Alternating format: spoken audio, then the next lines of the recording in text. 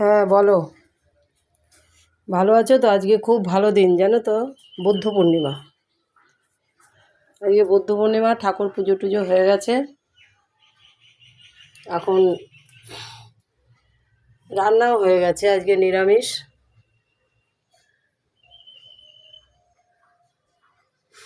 বুদ্ধ পূর্ণিমা, আজকে নিরামিষ করেছি। ভগবানের পুজো হয়ে গেছে।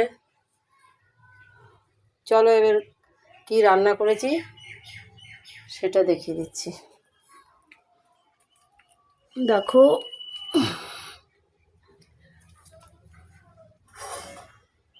এটা দেখো, ভাত করেছি, সাদা ভাত। এক হাঁড়ি ভাত রান্না হয়েছে। ছেলে স্নান করছে, এখন খাওয়া দাওয়া হবে।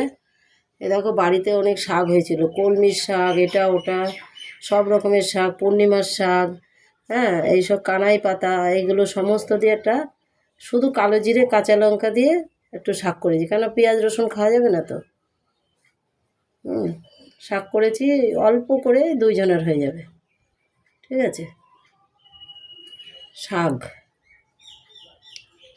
আর এই দেখো, মুগ ডাল করেছি।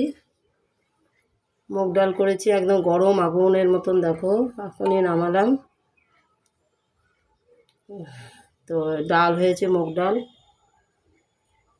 আর এই দেখো, কুমড়ো ছক্কা বলে না, পাঁচ ফোড়ন দিয়ে, শুকনো লঙ্কা দিয়ে, তেজপাতা দিয়ে, ফোড়ন দিয়ে, বড়ি দিয়ে, আর তোমার মিষ্টি কুমড়ো, আলু দিয়ে একটা ছক্কা, মানে কুমড়োর একটা তরকারি, ঠিক আছে।